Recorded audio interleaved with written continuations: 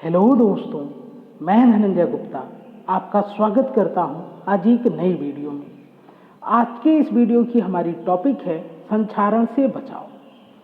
लेकिन टॉपिक को बेहतर तरीके से समझने के लिए थोड़ी सी चर्चा हम करेंगे संक्षारण पर। तो चलिए बात करते हैं संक्षारण की। नमी, वायु तथा कुछ अन्य रासायनिक पदार्थों द्वारा धातु पृष्ठ का धीरे धीरे क्षय होना संक्षारण कहलाता है। यदि संक्षारण के एक सामान्य उदाहरण की बात करें तो लोहे पर जंग लगने की क्रिया को लोहे का संक्षारण कहते हैं, यानी कि कोरोजन कहते हैं इंग्लिश में। बात को थोड़ा समझते हैं कि लोहे पर जंग कैसे लगता है।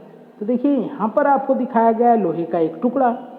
लोहे के इस टुकड़े को हम वायु में खुला छोड़ देते हैं, जिससे इसकी सतह के कांटेक्ट में आती हैं नमी, यानी कि H2O, ऑक्सीजन और कार्बन डाइऑक्साइड, और इन पदार्थों की लोहे से अभिक्रिया होती है, जिसके बाद लोहे की सतह पर एक लाल भूरे रंग की परत दिखाई बन जाती है, और ये लाल भूरे रंग की परत जंग कहलाती है। जंग लगने से लोहे की चमक समाप्त हो जाती है।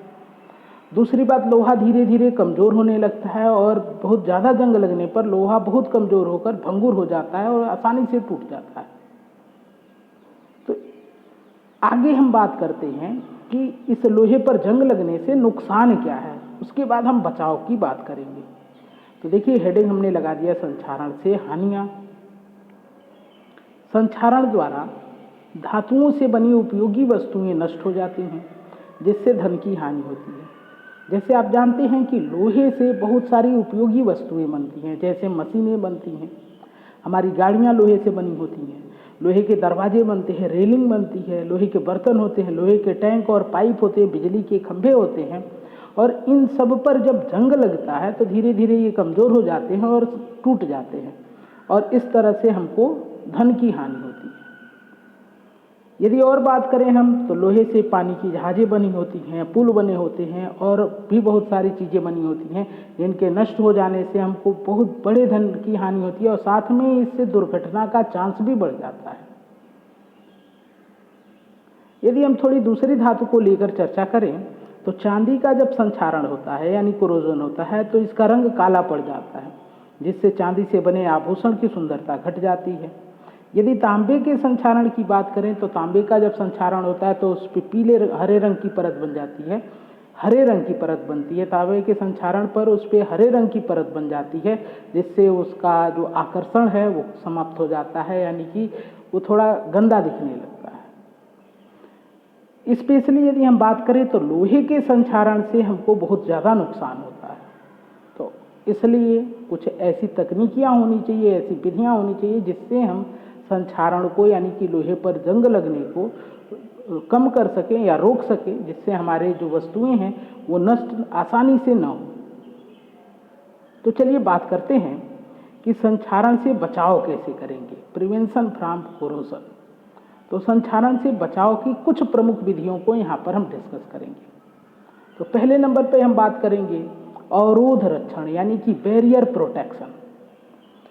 इस विधि में हम क्या करेंगे, इस विधि में धातु सतह तथा वायुमंडलीय वायु के मध्य एक अवरोध का निर्माण किया जाता है। इससे धातु सतह वायु, जल और कार्बन डाइऑक्साइड की क्रिया से बची रहती है और संक्षारित नहीं होती है। अवरोध रक्षण निम्न में से किसी भी विधि द्वारा किया जा सकता है।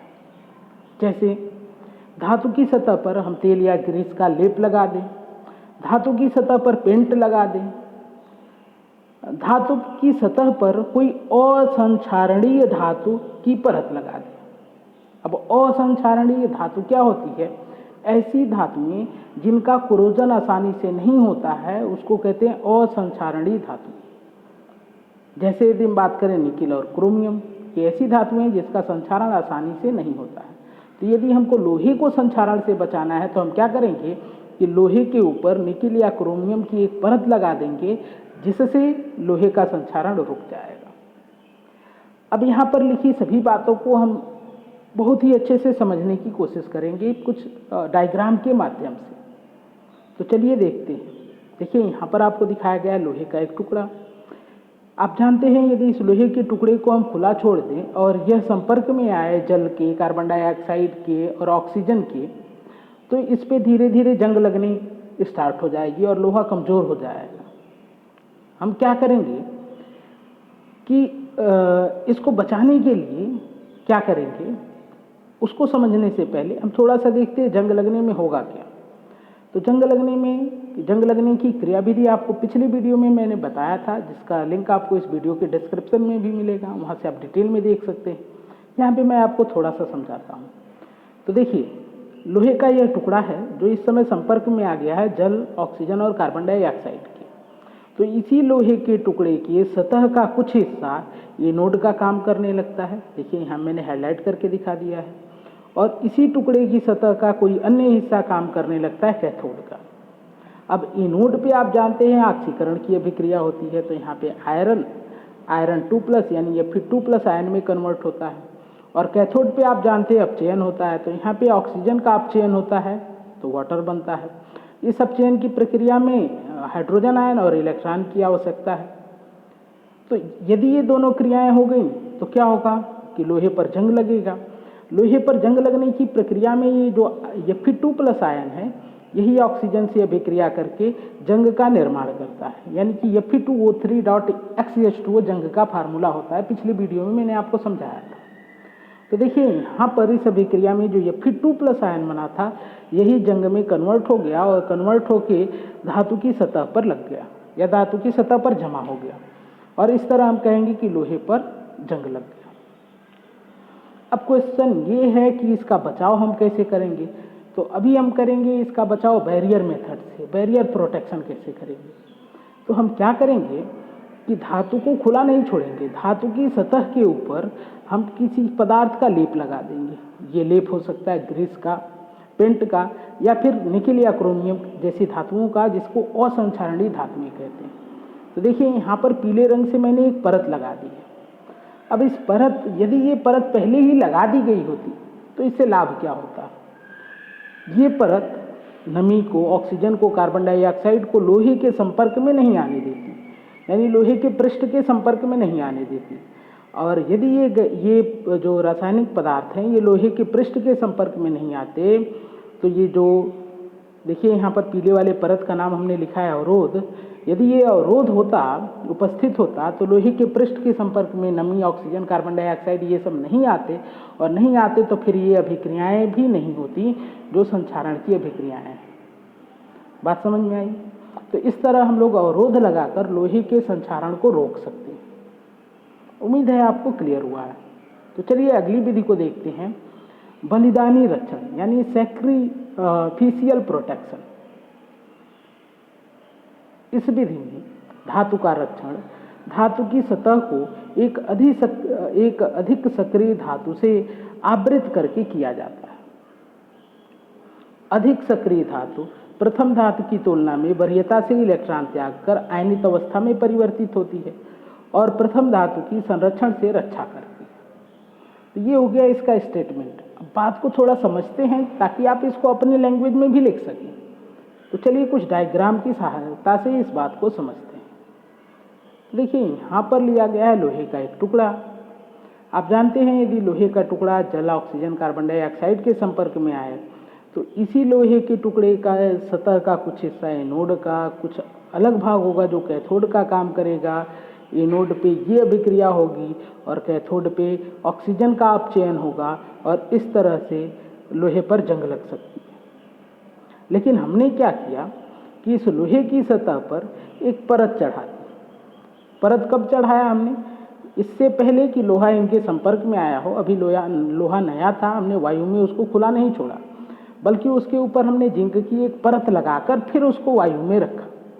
तो ये जिंक की परत क्या करेगी कि जल, ऑक्सीजन और कार्बन डाइऑक्साइड को सीधे लोहे के संपर्क में नहीं आने देगी। ठीक बात। लेकिन ये जो जल है, मतलब नमी है, ऑक्सीजन है, कार्बन डाइऑक्साइड, ये जिंक के संपर्क में आएंगे।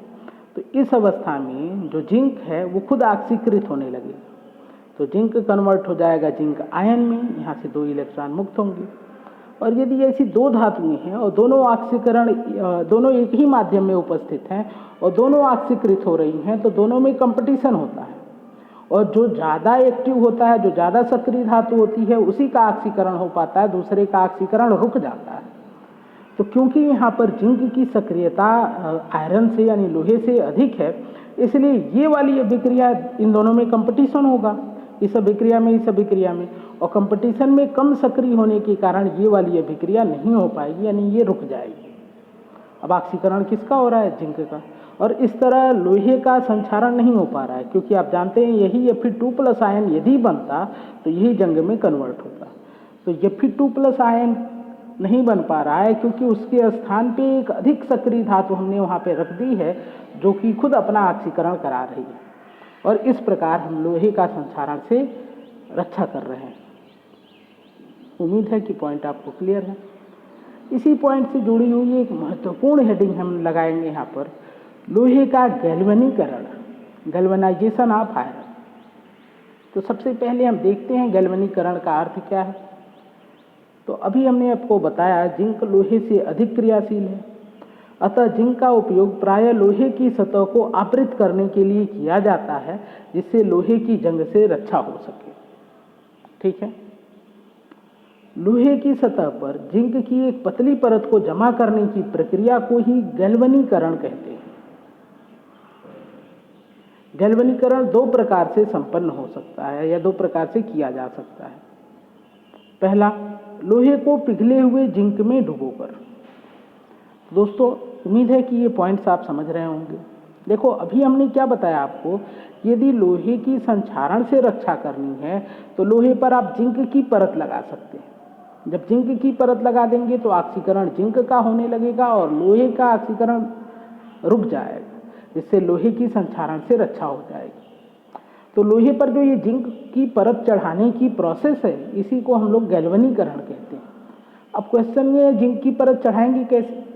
तो हम लोहे के टुकड़े को पिघले हुए जिंक में डुबो देंगे, डुबो कर निकालेंगे, तो जो जिंक उसके ऊपर चिपक जाएगा वो बाहर आके जब ठंडा होगा तो उसके ऊपर एक परत के रूप में जम जाएगा। या फिर दूसरा मेथड ये है कि जिंक की वाष्प को हम लोहे की सतह पर प्रवाहित करें और धीरे धीरे उसको ठंडा होने दें। तो जब वह संघनित होगा तो लोहे की सतह पर एक परत के रूप में जम जाएगा। तो गैल्वेनीकरण कैसे करते हैं हम? लोहे को पिघले जिंक में डुबोकर या जिंक वाष्प को लोहे की सतह पर संघनित करके, और इन दोनों विधियों से हम लोहे के ऊपर जिंक की परत का निर्माण कर सकते हैं और इसके बाद लोहे का संक्षारण से रक्षा हो जाएगा। उम्मीद है गैल्वेनीकरण आपको समझ में आ गया होगा। यदि किसी भी पॉइंट में आपको कोई दिक्कत हो तो आप कमेंट बॉक्स में कमेंट कर सकते हैं। अगली विधि को देखते हैं, जंग रोधी विलयनों द्वारा रक्षा, protection by rust resistant solution. तो जंग रोधी विलयन कुछ क्षारीय विलयन होते हैं। तो चलिए पहले आपको लैंग्वेज बताते हैं, फिर बात को समझाते हैं। तो जंग रोधी विलयन प्रायः क्षारीय फास्फेट या क्रोमेट विलयन होते हैं। इन विलयनों का क्षारीय माध्यम H+ आयनों की उपलब्धता को कम करता है और H+ आयन कम होने पर जंग लगने की प्रक्रिया मंद हो जाती है। कैसे होती है अभी मैं आपको डायग्राम से समझाता हूँ।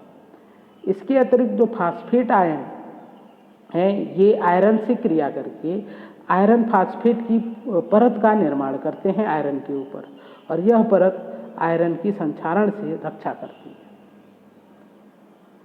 इस विधि का प्रयोग स्वचालित वाहनों के इंजनों के भागों को जंग से बचाने के लिए किया जाता है। ये जो जंग रोधी विलयन का उपयोग है, ये स्वचालित वाहनों के इंजन जो होते हैं वो भी लोहे से बने हैं। तो इंजन के बहुत सारे भाग हैं जिसको संक्षारण से बचाने के लिए किया जाता है, ताकि उस पर आसानी से जंग न लगे और जो वाहन है वो लंबे समय तक उपयोग में लिया जा सके। अब इन सभी पॉइंट को हम डायग्राम के माध्यम से समझते हैं। तो देखिए, यहाँ पर आपको एक लोहे का टुकड़ा दिखाया गया है। आप जानते हैं यदि ये टुकड़ा नमी यानी जल के संपर्क में आया, साथ में यहाँ पे ऑक्सीजन और कार्बन डाइऑक्साइड भी होनी चाहिए, तो क्या होगा? लोहे पर जंग लग सकता है। अब इस प्रक्रिया में क्या होता है कि इस लोहे की सतह का कुछ हिस्सा एनोड की तरह और कुछ अलग हिस्सा कैथोड की तरह कार्य करता है। आप जानते हैं एनोड पर लोहे का ऑक्सीकरण होता है जिससे Fe2+ आयन बनता है, और कैथोड पर ऑक्सीजन का अपचयन होता है जिसमें ये अभिक्रिया होती है।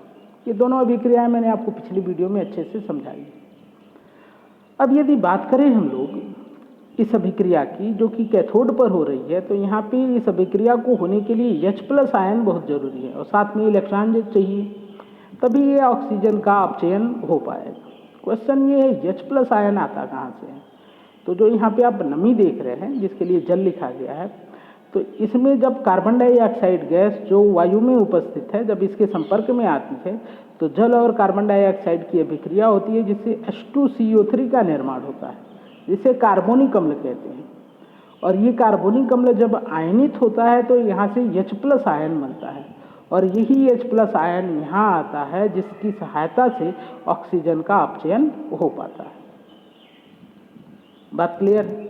इलेक्ट्रॉन कहाँ से आता है? तो इलेक्ट्रॉन यहाँ पर इनोड पे जो अभिक्रिया हो रही है, यहाँ पे जो इलेक्ट्रॉन मुक्त हो रहा है, यही इस धातु के अंदर से होता हुआ या धातु माध्यम से होता हुआ कैथोड के पास आता है और इस अभिक्रिया में भाग लेता है।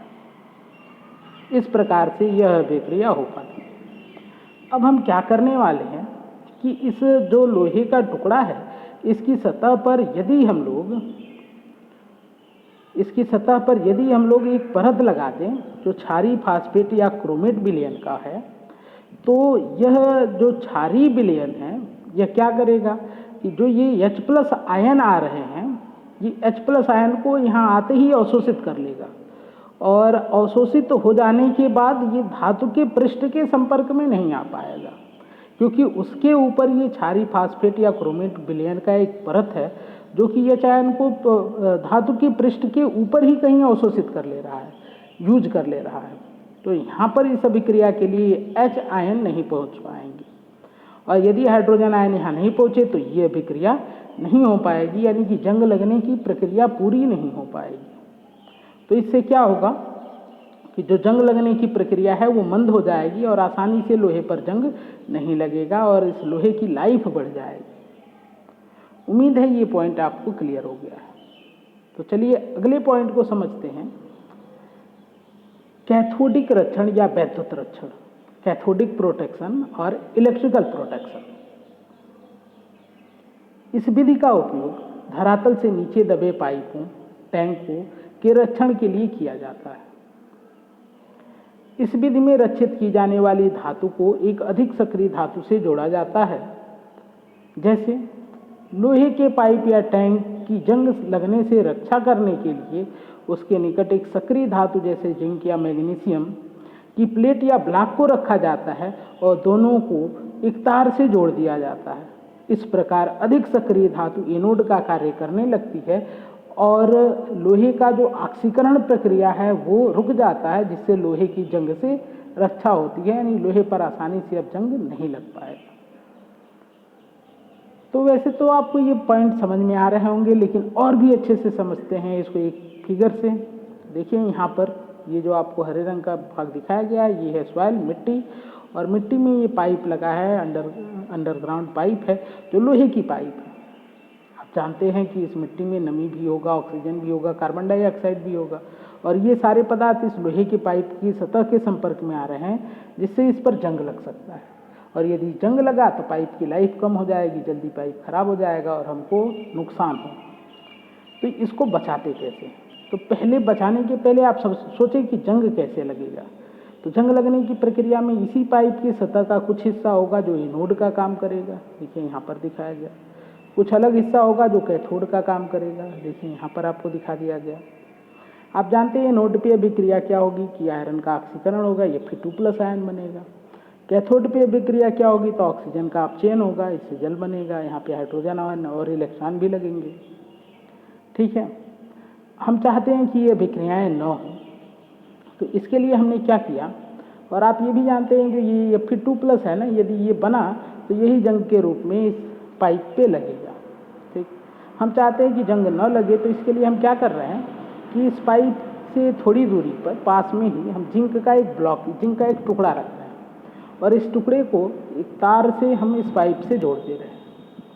तो अभी इस सिस्टम के कांटेक्ट में जिंक भी आ गया है। अभी मैंने आपको बताया यदि लोहे और जिंक की बात करें तो जिंक ज़्यादा क्रियाशील धातु है और धातु में इलेक्ट्रॉन त्याग करने का गुण रखती है। तो जिंक में भी इलेक्ट्रॉन त्याग करने का गुण है, तो जिंक इलेक्ट्रॉन त्याग किया तो जिंक 2+ आयन बना और इलेक्ट्रॉन अलग हुए। अब यदि बात करें इस अभिक्रिया की और इस वाले अभिक्रिया की, तो जब एक ही माध्यम में दो धातुओं का ऑक्सीकरण हो रहा हो, यहाँ पे जिंक का ऑक्सीकरण हो रहा है और आयरन का भी ऑक्सीकरण हो रहा है, तो दोनों में कंपटीशन होगा और इस कंपटीशन में ऑक्सीकरण उसका हो पाता है जो ज़्यादा रिएक्टिव होती है। तो आयरन और जिंक में जिंक ज़्यादा क्रियाशील धातु है, तो इसलिए ये वाली अभिक्रिया होगी। और यदि ये वाली अभिक्रिया हो रही है कि जिंक इलेक्ट्रॉन त्याग कर रहा है, तो ये आयरन वाली अभिक्रिया रुक जाएगी। तो हमने क्या किया, पाइप के संपर्क में जिंक का एक टुकड़ा रखा और जिंक का टुकड़ा खुद अपना ऑक्सीकरण करने लगा, जिससे आयरन का ऑक्सीकरण रुक गया। तो इस प्रकार ये पूरी प्रोसेस रुक जाएगी और जंग का लगना रुक जाएगा। देखिए, जंग लगने की प्रक्रिया को पूरी तरह से कोई नहीं रोक सकता, लेकिन बहुत ही स्लो हो जाएगी अब। ठीक है, तो इस प्रकार से हमने इस पाइप को जंग लगने से बचा लिया। दोस्तों, मुझे उम्मीद है कि आज की वीडियो आपको अच्छी लगी होगी। यदि वीडियो आपको अच्छी लगी हो तो वीडियो को लाइक करें, हमारे इस वीडियो को अपने दोस्तों के पास शेयर करें, चैनल को सब्सक्राइब करके बेल आइकन को प्रेस कर लें ताकि आगे आने वाली वीडियो का नोटिफिकेशन आपको मिल सके। Thank you.